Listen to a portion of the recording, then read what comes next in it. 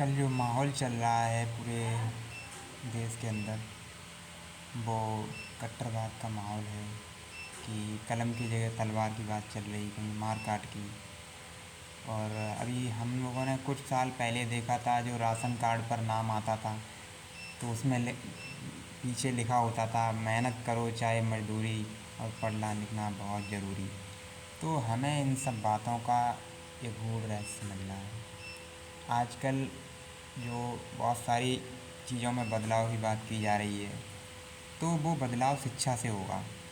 हमारा एजुकेशन जो बजट है उससे होगा। एजुकेशन का बजट जब बढ़ाया जाएगा तो आम व्यक्ति को शिक्षा में एक अच्छे अवसर मिलेंगे और मुख्य धारा में आने का एक उसको अवसर मिलेगा।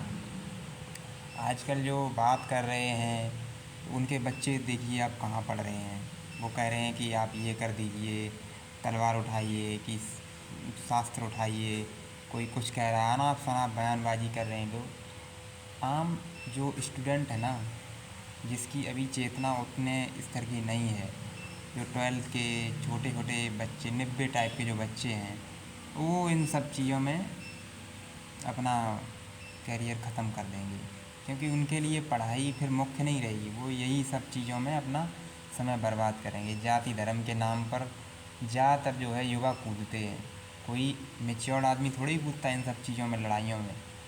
और जाति धर्म का धंधा करके अपने बच्चों को अच्छी शिक्षा देते हैं। उनके बच्चे देखो, अभी इन्होंने जो इतना गलत बयानबाजी की, उनका बेटा बॉर्टन में पढ़ रहा है। उनकी एक बेटी है, अभी एक है महाजन, तो उनकी बेटी कैलिफोर्निया वहाँ से एमबीए किए हुए हैं। तो बड़ा चौंकाने वाली चीज़ है। आपको तलवार उठाने की बात कर रहे हैं और ख़ुद अपने बच्चों के साथ कलम और बड़े बड़े महंगे स्कूलों में आपसे कहेंगे गुरुकुल में पढ़ो। अरे गुरुकुल में पढ़ो, क्यों गुरुकुल में पढ़ें? गुरुकुल में तो एकलव्य का अंगूठा देखा है, क्यों काटा गया? उसके अंदर टैलेंट की थोड़ी कोई कमी थी। वो बहुत प्रखर व्यक्ति, मतलब प्रतिभा का धनी था, पर वो उनको गुरु मानता था। गुरु ने कहा था मैं तो किसी और को गुरु दक्षिणा दे चुका हूँ। जिसमें मैंने कहा है आप धनुर्धर हो, तो उन्होंने कहा ये तो एक मतलब छोटी वर्ग का आदमी और इतनी इसमें विशालता है, इसके हुनर में इतना टैलेंट है, तो ये तो मेरे लिए बड़े शर्म की बात है। तो हालांकि ये एक देश के तौर पर अगर आज होता तो आज ये एक देश के तौर पर इसको ओलंपिक वगैरह में कोई मेडल मिलता, लेकिन वो समय देखिए आप, उसका अंगूठा काट लिया गया। ये सब आज जो युवा वर्ग है इन सब चीज़ों को समझता है, और हम अगर अभी सुधर जाएं तो अच्छा, नहीं तो युवा वर्ग आपको मुख्य धारा से फेंक देगा, पसंद नहीं करेगा। दूसरी चीज़ है कि आपके विचार अगर अच्छे नहीं हैं तो लोग आपका अनुगमन नहीं करेंगे। आप गलत लोग, अच्छे जो युवा हैं उनको आप भटका देंगे। इससे पूरे देश का नुकसान होगा। बाबा साहेब कहते थे कि शिक्षा वह शेरनी का दूध है, इसे जो पीता है वो दहाड़ता है। और यहाँ तलवार का दूध पिलाया जाएगा कि तलवार उठाओ और मार काट करो।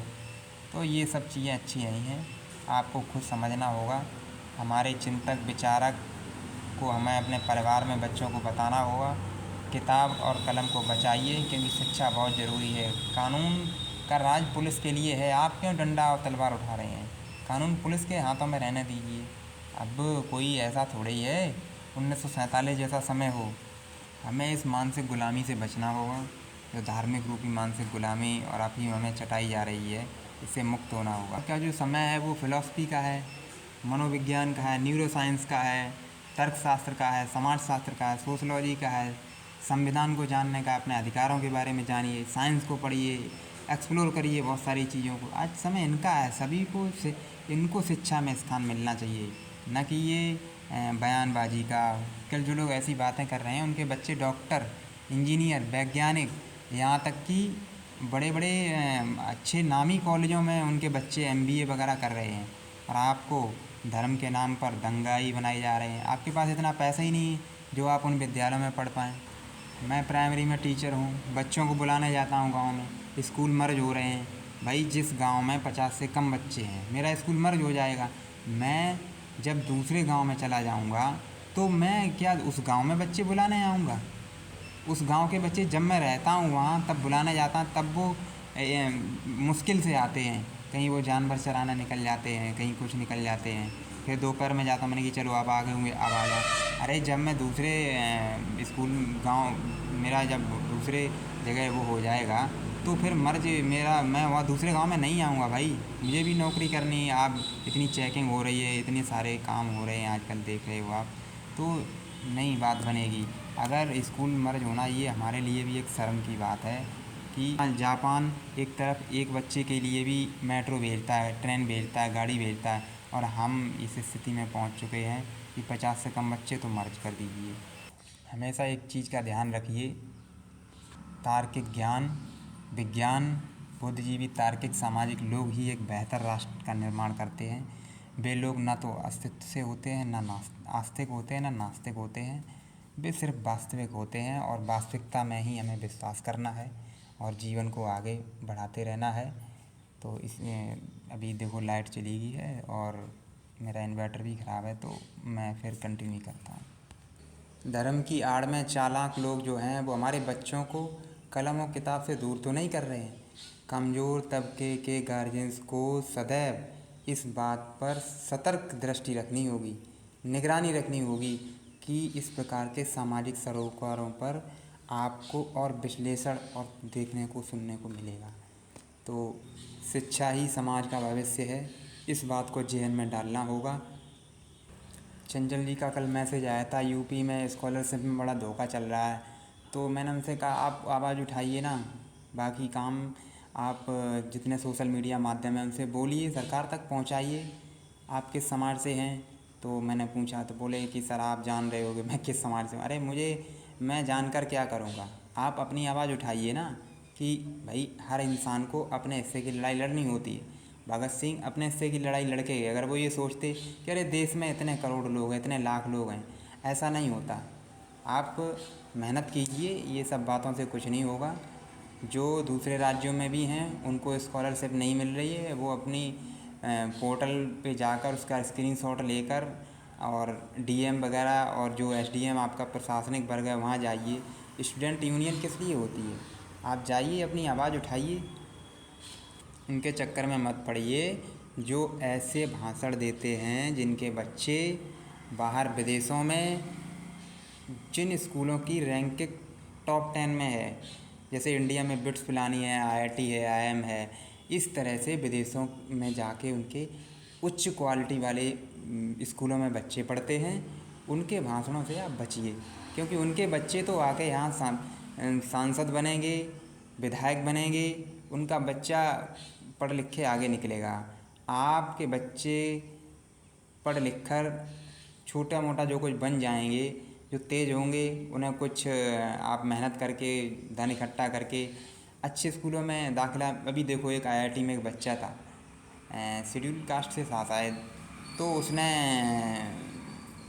जेई एग्ज़ाम क्वालिफाई किया, उसके पास पैसा नहीं था। ये मेरे लिए कितने शर्म की बात है कि 17,000 आईआईटी में फ़ीस, आईआईटी धनबाद से था, तो उसके पास फ़ीस नहीं थी भरने के लिए। अब बताइए मेरे लिए कितने शर्म की बात है।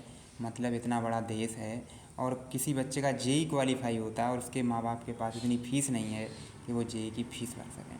तो हमें इस बात पर ध्यान रखना होगा। ऐसे समाज में आपके जो भी लोगों की मदद कीजिए।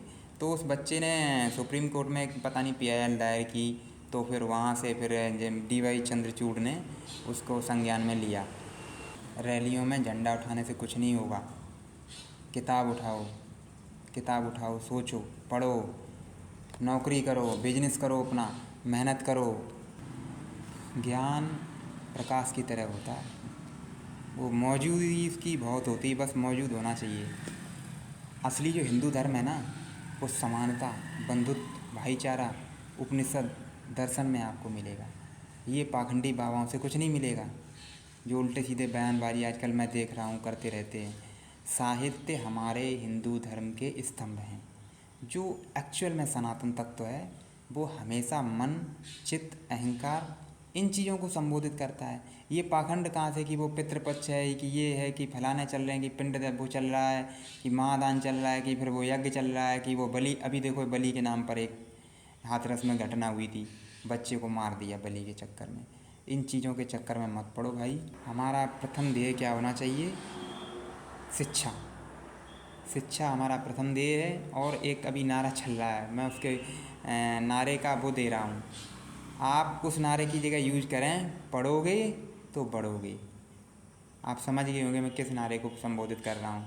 आप उस नारे का डिफेंस ये है, अपने दिमाग में ये चीज़ रखिए कि पढ़ोगे तो बढ़ोगे, पढ़ोगे तो बढ़ोगे, बस।